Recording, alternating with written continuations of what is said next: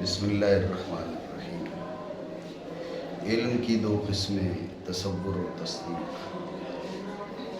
اس کے بعد تصور و تصدیق کی تقسیم کی جاتی ہے کہ تصور کی دو قسمیں بدیہی اور نظری، تصدیق کی دو قسمیں بدیہی اور نظری۔ یہ تقسیم پہلے کس کی گئی؟ علم کی، اور اب تصور و تصدیق کی، یعنی یہ تقسیم ثانی ہے۔ ٹھیک ہو گیا؟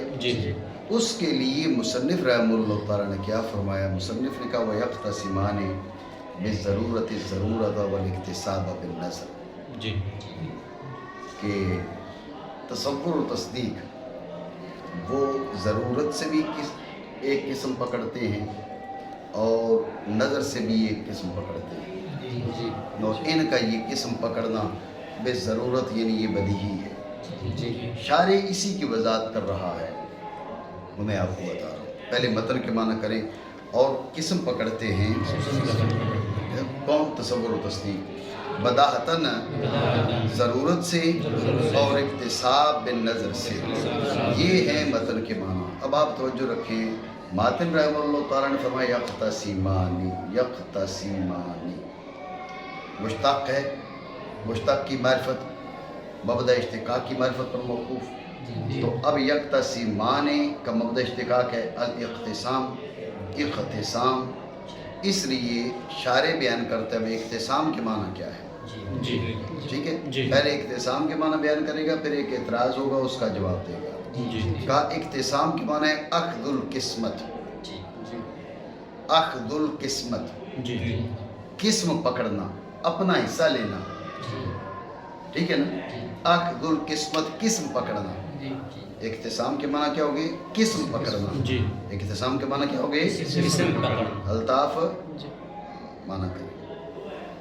اقتسام اخذ القسمت کے معنی میں ہے بنا کرنے اوپر اس کے جو اساس کے اندر ہے۔ یہ اساس کیا بلا ہے جی؟ اساس لغت کی ایک کتاب کا نام ہے۔ آپ نے تو یہاں پر جو ہے ایک ہی کتاب کا نام سنا بھائی، المنجد، ٹھیک ہے نا جی؟ تو اب آپ کی نظر میں یا ہمارے ہاں جو مدارس کے طلبہ ہیں اور پھر جو سطحی قسم کے علماء ہیں، ان کے ہاں بس ایک ہی معنی، ایک ہی لغت کی کتاب ہے المنجد۔ اس کے علاوہ سمجھتے ہیں کہ یہ کوئی کتاب ہی نہیں ہے۔ میں نے کسی عبارت کی کوئی معنی بیان کیے تو ایک جاہل ٹولے کی طرف سے اعتراض ہوا جی ہم نے المنجد ساری دیکھ لی تو اس میں تو کوئی ایسے معنی ہے ہی نہیں، ٹھیک ہے نا؟ میں اس کی ایک اور مثال پیش کر دیتا ہوں۔ جیسے آپ نے یہ بات سنی ہوگی، حضرت قبلہ سید ریاض حسین شاہ صاحب جیدہ مجدہم، آپ پر یہ اعتراض کہ انہوں نے شاہ کے جو معنی بیان کیے جی یہ فلاں لغت میں موجود نہیں ہے۔ تو اگر فلاں لغت میں آپ کو نہیں ملے تو یہ جہالت آپ کی ہے، حضرت قبلہ سید ریاض حسین شاہ صاحب کی نہیں ہے۔ تو اپنی جہالت کرو نہ روئیں، اپنی جہالت کی وجہ سے حضور سید عالم صلی اللہ تعالیٰ علیہ وآلہ وسلم آپ کی آل پاک پر اور آپ کی اولاد پر اعتراض نہ کریں۔ آپ کو اگر یہ کسی لغت کی کتاب میں نہیں ملے تو یہ آپ کی جہالت ہے۔ ہم نے تو کئی ایک لغات کی کتب میں دیکھا وہ معنی موجود ہے جو حضرت قبلہ سید ریاض حسین شاہ صاحب نے کیے ہیں۔ شاہ کے معنی اس میں وسعت کے اور توسیع کے، پھیلنے کے، پھیلانے کے، یہ معنی دسیوں کتب لغت کے اندر موجود ہے۔ اگر کسی جاہل کو نہیں ملے تو وہ اپنی جہالت کرو نہ روئے۔ جہالت اپنی ہے اور دشمنی کس سے ہے؟ رسول اللہ صلی اللہ تعالیٰ علیہ وآلہ وسلم آپ کی آل پاک سے ہے، ٹھیک ہے نا؟ تو خرابی کیا ہے؟ خرابی یہ ہے کہ بھئی آپ نے جب یہ کہنا جی لغت کی ایک ہی کتاب ہے المنجد، آپ کی دسترس اس تک ہے، تو پھر خرابی آپ کے ہاں ہے، خرابی ان کے ہاں نہیں ہے کہ جن کے پاس علم آپ سے زیادہ ہے۔ میری بات سمجھے؟ دوبارہ اساس جو ہے یہ لغت کی ایک کتاب ہے۔ معنی کریں اقتسام اخذ قسمت کے معنی میں ہے بنا کرنے اور اس کے جو اساس کے اندر ہے، ٹھیک ہے جی؟ اب یقتسیمان یہ مشتق تھا اقتسام سے، اقتسام کے معنی بیان ہو گئے۔ جب معنی آپ کو اقتسام کے آگے تو اب یقتسیمان، یقتسیمان اس کے معنی شاعر بیان کرتا ہے، اور معنی بیان کرنے سے پہلے یہ بھی بتاتا ہے کہ اس میں جو ضمیر ہے اس کا مرجع کیا ہے۔ یقتسیمان میں ضمیر کا مرجع کیا ہے؟ یکتسمان میں ضمیر یہ الف ہے، ذہن میں رکھنا. اس کو ہما کہہ دیا جاتا ہے، لیکن یہ صرف تعبیر کے لیے، یہ بات ذہن میں رکھیں. یہ تعبیر کے لیے کہہ دیا. ضربہ کے اندر ہوا مستتر ہے، ہوا نہیں مستتر. ٹھیک ہے نا؟ ضربہ میں ہوا مستتر نہیں ہے. ضربہ میں جو مستتر ہے اس کے لیے چونکہ الگ سے لفظ وضع نہیں کیا گیا، اس لیے ہوا سے اس کو استعارتاً تعبیر کر لیا جاتا ہے. ضربہ میں ہوا مستتر نہیں ہے، یہ سمجھ رہے ہو؟ ہو کیسے سکتا ہے؟ ہوا سے مختصراً حرکت. ہوا تو دو حرفوں پر مشتمل ہے، ہا اور واو. ہر ایک پر حرکت ہے، ہا پر بھی حرکت ہے، واو پر بھی حرکت ہے. نری اگر حرکت ہو، جیسے ضربہ، ضاد پر نری حرکت ہے، تو نری حرکت بھی مستتر نہیں ہو سکتی. نری حرکت بھی چھپ نہیں سکتی، وہ بھی ظاہر ہو جاتی ہے. تو پتہ اس سے ماننا پڑے گا اس کے اندر جو مستتر وہ اس سے بھی کوئی مختصر چیز ہے. ٹھیک ہے نا؟ یہ ضمنی طور پہ بات آ گئی بیچ میں. مطلب مسئلہ یہ اس کا تعلق نحو سے ہے. تو ضربہ میں ہوا مستتر نہیں ہے، ضربت میں ہی مستتر نہیں ہے، یضرب میں ہوا نہیں ہے، تضرب میں ہی نہیں ہے، تضرب میں آگے انت نہیں ہے. ٹھیک ہے نا؟ یہ اس میں مستتر نہیں ہے. اضرب میں انا نہیں ہے، نضرب میں نحن نہیں ہے. تو کیا ہے؟ جو ہے اس کے لیے الگ سے لفظ کیونکہ وضع نہیں کیا گیا تو استعارتاً ان سے تعبیر کر لیا جاتا ہے. ورنہ خود ہوا مستتر نہیں ہے، نہ ہیا، نہ انتا، نہ انا، نہ نحن، یہ خود مستتر نہیں ہے. بات سمجھے؟ تو کہا جاتا ہے یکتسمان میں ضمیر ہما، تو ہما نہیں ہے. یہاں پر یہ لفظ، یہ یہاں پر حرف کھڑا ہے الف. سمجھے بات کو؟ جب بارز نرا الف ہے تو مستتر اس سے مختصر ہوگا نا جی. نہیں سمجھ رہے ہو بات؟ یکتسمان اس میں الف ہے دو کے لیے، تو یکتسم میں ایک کے لیے اس سے بھی مختصر ہوگا. تم کہہ رہے ہوا ہے، وہ تو الف سے مختصر تھوڑا ہی، وہ تو اس سے زیادہ مطلب حجم رکھتا ہے، اس میں حروف کی تعداد زیادہ ہے. بات سمجھے نا؟ یہ مسئلہ نہ بھی ہے، لیکن یہاں ضمنی طور پہ بات آ گئی ہے تو ہم اس کو ناو میں یہ بات پڑھاتے ہیں. بھئی یہ یکتسم میں ہوا مستتر نہیں ہے. جو مستتر ہے اس کے لیے الگ سے لفظ وضع ہوا نہیں ہے. ہم استعارتاً اس کو ہوا سے تعبیر کر دیتے ہیں، مستتر ہوا نہیں ہے. باقی یکتسمان میں الف موجود ہے، یہ مستتر نہیں ہے، یہ بارز ہے. لیکن سوال یہ کہ الف کا مرجع کیا ہے؟ جی تو شارح اس کا جواب دیتے ہوئے کہہ رہے ہیں اے یکتسم التصور والتصدیق، اے یکتسم التصور والتصدیق. ان یکتسمان میں جو الف ہے اس کا مرجع تصور اور تصدیق دونوں ہیں. یعنی تصور قسم پکڑتا ہے اور تصدیق بھی قسم پکڑتی ہے. بات سمجھ رہے ہو؟ مانا کرو، یعنی قسم پکڑتا ہے تصور اور تصدیق. توجہ ہے نہیں؟ غور کریں، ایک ضابطہ ہے کہ جب کل کا مقابلہ کل سے ہو تو تقسیم آحاد پر ہوتی ہے. کیا؟ کل کا مقابلہ کل سے ہو تو تقسیم آحاد پر ہوتی ہے. کیا؟ تقسیم آحاد پہ ہوتی ہے. ویسے تو نے قفل مدینہ لگائے ہوئے ہیں، وہ تو جنہوں جو لگاتے تھے ان کے پاس بھی ختم ہو گئے اب جی. اب انہوں نے مچھلی کو دے دی، وہ بیچاری لگا کے بیٹھی ہوئی، وہ نہیں بولتی. باقی ان کے تو جناب والا سارے ٹوٹ گئے جی. تو کل کا مقابلہ کل سے ہو تو تقسیم آحاد پہ ہوتی ہے. اس کی وضاحت سمجھیں. بھئی آپ کہتے ہو راکب القوم دوابہم، قوم چوپایوں پر سوار ہوئی، تو مطلب ہر بندہ اپنی سواری پر سوار ہوا. کیا؟ ہر بندہ اپنی سواری پر سوار ہوا. راکب القوم دوابہم، ہر بندہ اپنی سواری پر سوار ہوا. سمجھے بات؟ یہ مطلب نہیں ہے کہ بھئی ہر بندہ جو ہے وہ ہر سواری پر سوار ہو گیا، بلکہ تقسیم آحاد پر ہے، ہر بندہ اپنی سواری پر سوار ہوا. جب یہ بات آپ کے ذہن میں آ گئی تو آپ غور کریں کہ ادھر ہے حصہ لینے والا تصور ایک، دوسرا تصدیق دو، کس سے لے رہے کا الضرورت والاکتساب، حصہ لے رہے ضرورت سے اور اکتساب سے، لینے والے دو، جن سے لینے والے وہ بھی دو۔ تو اس کا مطلب کیا نکلا کہ تصور جو ہے وہ ضرورت کو لے لیتا ہے، تصدیق جو ہے وہ اکتساب کو لے لیتا ہے۔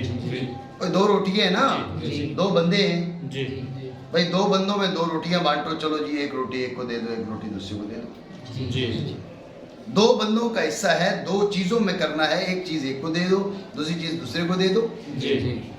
بات سمجھ رہے ہو؟ تو اب تصور اور تصدیق حصہ لیتے ہیں کس سے؟ ضرورت اور اکتساب سے۔